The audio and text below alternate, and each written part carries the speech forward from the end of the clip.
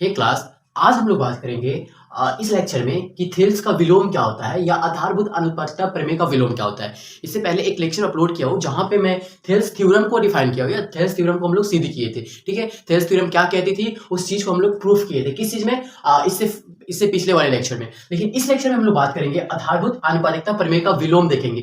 विलोम देखना है that means इसके जो जस्ट इसके रिवर्स में होगा, क्या होगा, दस इसका उल्टा होगा। उस थ्योरम को हम लोग को देखना है। देखो थेल्स का विलोम क्या कहता है कि यदि किसी त्रिभुज में यदि कोई भुजा किसी त्रिभुज की दो भुजाओं को, है ना, दो भुजाओं को समान अनुपात में विभाजित करे तो वह तीसरी भुजा की क्या होगी, समांतर होगी। इस चीज को हम लोग को क्या करना है, प्रूफ करना है। यानी कि एक त्रिभुज है एबीसी, इस त्रिभुज में एक कोई भुजा है, मान लो ई और एफ पे इसको क्या कर रहा है, प्रतिच्छेद कर रहा है। हम लोग ये क्या मान लिए कि इस त्रिभुज में ई और एफ जो है ना इसके समानांतर में है। ठीक है, यहाँ क्या करिए कि दो भुजाओं को समान अनुपात में विभाजित करती है तो तीसरी भुजा इसके समानांतर होगी, वो प्रूफ करना है। हम लोग मान लिए कि ई और एफ जो है ना इन दोनों भुजाओं को क्या कर रही है, समान अनुपात में विभाजित कर रही है। अर्थात ए ई यानी A E by E B is equal to A F by F C. ये हमारे क्वेश्चन में बोला गया है कि ये चीज हो रही है। तो आप ये प्रूफ कीजिए कि ये जो लाइन है ई एफ वो किसके पैरेलल है, वो बीसी के समान करना है। क्या करना है, इस चीज को प्रूफ करना है। तो इसके लिए हम लोग क्या करेंगे, कुछ इसके सिद्धांत होते हैं। जैसे हम लोग इससे पहले देखे थे क्या कि कुछ इसके लिखने का पैटर्न होता है। जैसे हम लोग बोले थे कि सबसे पहले विशेष प्रतिज्ञा लिखेंगे। क्या लिखेंगे, विशेष प्रतिज्ञा लिखेंगे। देखो विशेष प्रतिज्ञा लाइक कि इस क्वेश्चन में हमको क्या इंफॉर्मेशन मिला है, जस्ट लाइक अ क्वेश्चन, ये क्वेश्चन की तरह इसको हम लोग को प्रूफ करना है। क्या ये थ्योरम है। ठीक है, थ्योरम को क्या किया जाता है, सिद्ध किया जाता है। और वो किस आधार पर सिद्ध किया जाता है, तो वो ऐसे थ्योरम के आधार, ऐसे स्टेटमेंट के आधार पर सिद्ध किया जाता है जो खुद से पहले से क्या हो, प्रूफ्ड हो। जैसे इस थेल्स थ्योरम के विलोम को हम लोग प्रूफ करेंगे, सिद्ध करेंगे। किस आधार पे, थेल्स थ्योरम के आधार पे। क्यों, क्योंकि थेल्स थ्योरम को इससे पहले हम लोग डिफाइन कर चुके हैं, इससे पहले हम लोग उसको सिद्ध कर चुके हैं, उसको प्रूफ कर चुके हैं। तो उस आधार पे इसको हम लोग क्या करेंगे, प्रूफ करेंगे। ठीक है, तो उसमें हम लोग क्या होता है, सबसे पहले विशेष प्रतिज्ञा होती है। हम लोग क्या कर लेंगे, माना कि त्रिभुज, क्या कर लेंगे, एक त्रिभुज की बात करेंगे। माना कि त्रिभुज ए बी सी में क्या करेंगे, ए बी सी में हम लोग क्या देखेंगे कि किसी त्रिभुज की दो भुजाओं को समान अनुपात में विभाजित करती है। तो एबीसी में किस अनुपात में विभाजित कर रही है, A E by E B is equal to A F by F C. ये दो समान भुजाओं के क्या है, समान अनुपात में विभाजित कर रही है। ये चीज मेरा क्या है, गिवन है। ये चीज मेरा क्या है, गिवन है। अब देखो इसको मैं छोटा छोटा लिखता हूं थोड़ा। देखो इसमें पहले क्या हमारा है, A E upon E B is equal to A F by F C. क्या है, एफ बाई एफ सी। ये मेरा क्वेश्चन बोल रहा है ना, ये हमारे थ्योरम से पता चल रहा है कि किसी त्रिभुज के दो भुजाओं को, भुजा ए बी और ए सी को हम लोग क्या कर दिए, इस अनुपात में यानी कि समान अनुपात में विभाजित करना है। तो हम लोग को सिद्ध क्या करना है, देखो वो सिद्ध करना है, हम लोग को सिद्ध करना है कि सिद्ध करना है क्या कि ई एफ, जो भुजा ई एफ है वो किसके समानांतर है, बीसी के समानांतर है। इस चीज को हम लोग क्या करना है, प्रूफ करना है। अब देखो प्रूफ करना है तो इसमें क्या बोला गया है कि आप अपने से इसमें कुछ कंस्ट्रक्शन कर सकते हैं, कुछ रचना कर सकते हैं। तो उस रचना को हम लोग यहाँ पे लिखते हैं। यहाँ पे देखो रचना क्या करेंगे हम लोग। इससे पहले जो हमारा थ्योरम था थेल्स थ्योरम, उस थेल्स थ्योरम में हम लोग को ये कहा गया था कि यदि किसी त्रिभुज में एक भुजा किसी एक भुजा के समानांतर में कोई रेखा खींचते हैं तो वो अन्य दो भुजाओं को समान अनुपात में विभाजित करती है।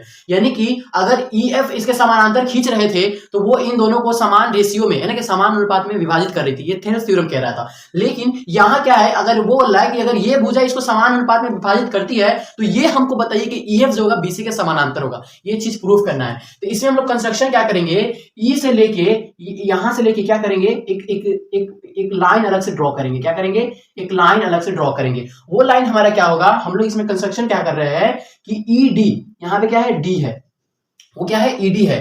ये ई से लेके डी तक, मतलब इसमें हम लोग रचना किए ई डी पैरेलल है। देखो ईडी को किसके पहले रचना किए है, बीसी के। ईडी को किसके समानुपाती रचना किए है, इसके समानांतर में रचना की है, बीसी के समानांतर में। अब देखो जब मैं यहाँ पे क्या किया हूं, अलग से कंस्ट्रक्शन किया हूं कि मान लो ई से लेके एफ तो मेरा था कि जो उन दोनों को समानुपात में विभाजित कर रहा था। लेकिन मैं बोला अलग से एक कंस्ट्रक्शन कर लो जिसमें ई और डी क्या कर रहा है, ई डी जो भुजा होगी वो किसके समानांतर होगी, वो बीसी के समानांतर होगी। अब चूंकि ये मैं रचना किया हूं, अब देखो यहाँ पे हमारा प्रमाण क्या देंगे, अब हम लोग प्रमाण देंगे इसको प्रूफ करने के लिए।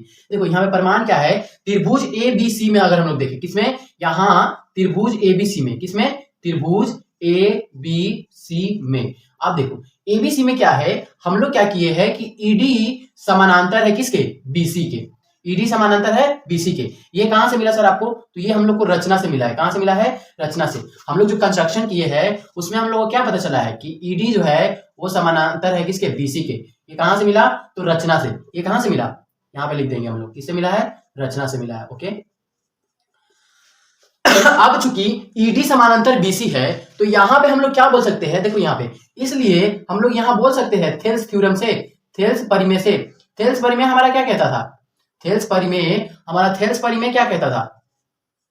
देखो इसके लिए क्या है ना, इस थेल्स के विलोम को परिभाषित करने के लिए, यानी कि इसको प्रूफ करने के लिए आपको सॉरी, थेल्स थ्योरम क्या होना चाहिए? पता होना चाहिए। तो थेल्स थ्योरम क्या कहता है कि यदि किसी त्रिभुज में ये ईडी जो है अगर एक भुजा के समानांतर खींचे है तो वो जो ईडी रेखा होगी ना वो अन्य दो भुजाओं को समान अनुपात में विभाजित करेगी। यानी कि अगर थेल्स थ्योरम से हम लोग देखें तो यहां पे क्या हो जाएगा? A upon E B is equal to AD upon क्या? AD upon DC.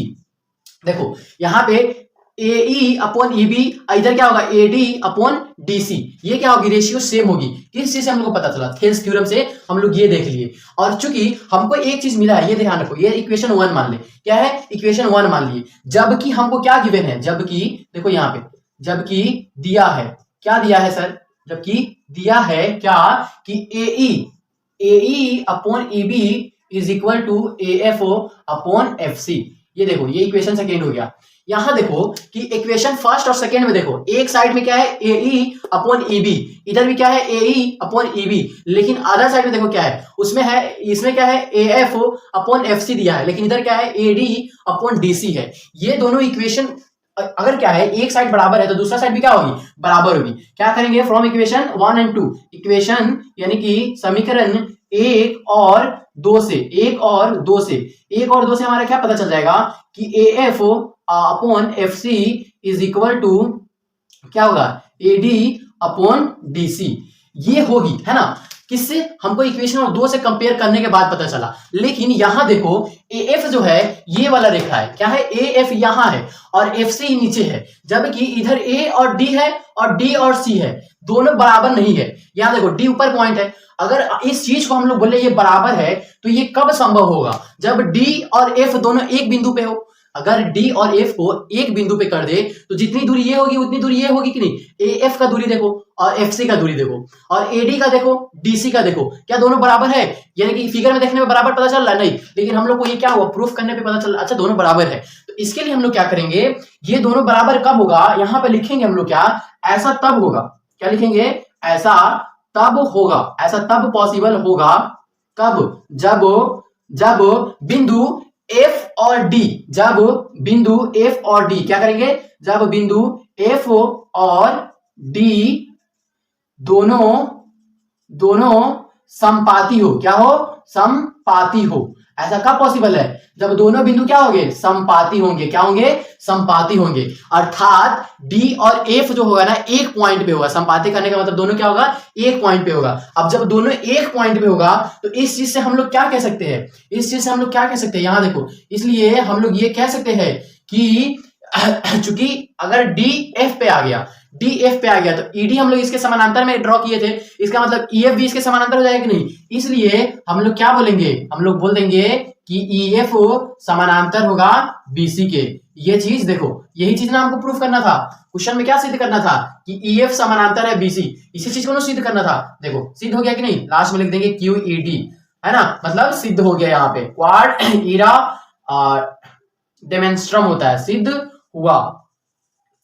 देखो बहुत इजी थी। थेल्स का विलोम क्या कहता है कि किसी त्रिभुज की दो भुजाओं को अगर समान अनुपात में विभाजित करता है तो वो भुजा जो होगा ना तीसरी भुजा के समानांतर होगी। इस चीज को प्रूफ करने के लिए हम लोग क्या बोले हैं? एक त्रिभुज लिए है, उस त्रिभुज में हम दोनों भुजाओं को समान अनुपात में विभाजित किया उस रेशियो के लिए। सिद्ध क्या करना था कि ये जो ईएफ होगा वो बीसी के क्या होगा? पैरेलल होगा। ये प्रूफ करना था। इसको प्रूफ करने के लिए हम लोग क्या किए? इसके जस्ट उल्टा में हम लोग क्या करते हैं? ईडी को क्या ले लिए? एक ईडी ले लिए जो इस पॉइंट से लिए। देखो इस पॉइंट से, सेम पॉइंट से लिए, ईडी एक बीसी के समानांतर एक रेखा खींच दिए, जो आप जैसे ही ईडी इसके समानांतर खींचे है तो थिल्स थ्योरम क्या कहता है कि किसी त्रिभुज में एक भुजा के समानांतर खींची गई रेखा अन्य दो भुजाओं को समान अनुपात में विभाजित करती है। तो यहाँ पे क्या करेगा, ये ईडी जो है इस एबी और इस एसी को समान अनुपात में विभाजित किया, जो कि हमको यहाँ पता चला। और उससे पहले हमको जो ये इंफॉर्मेशन ये दिया था, इन दोनों इक्वेशन 1 और 2 को जब हम लोग कंपेयर किए तो हमको पता चला कि एएफ और एफसी जो होगा ना, एफसी का रेशियो बराबर होगा किसके, एडी और डीसी के रेशियो के बराबर होगा। ऐसा तब होगा, हम यहाँ पे बोले देखो एडी और एडी डीसी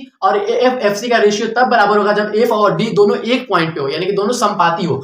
अर्थात अगर डी को एफ पे लाए या एफ को डी पे ले जाए तो ये क्या हो जाएगा, संपाती हो जाएंगे। तो इस बेसिस पे हम ईडी को क्या लिए थे, बीसी के समानांतर रचना किए थे। तो उसी सिद्धांत पे एग्जाम में 5 नंबर के लिए पूछा जाता है। ये आपको बोर्ड एग्जाम में 5 नंबर के लिए ये क्वेश्चन किया जाता है। अब देखो क्वेश्चन का करने का तरीका अलग अलग होता है ना, उस पैटर्न को पकड़ना है कि किस तरीके से पूछ रहा है। आपको ये डिफिनेशन दे देगा, बोलेगा ये सिद्ध कीजिए, आपको ये बोलेगा ये सिद्ध कीजिए, अगर एक भुजा के है ना ये रेशियो दे देगा, है ना ये वाला रेशियो आपको दे देगा, बोलेगा ये वाला प्रूफ कीजिए, है ना।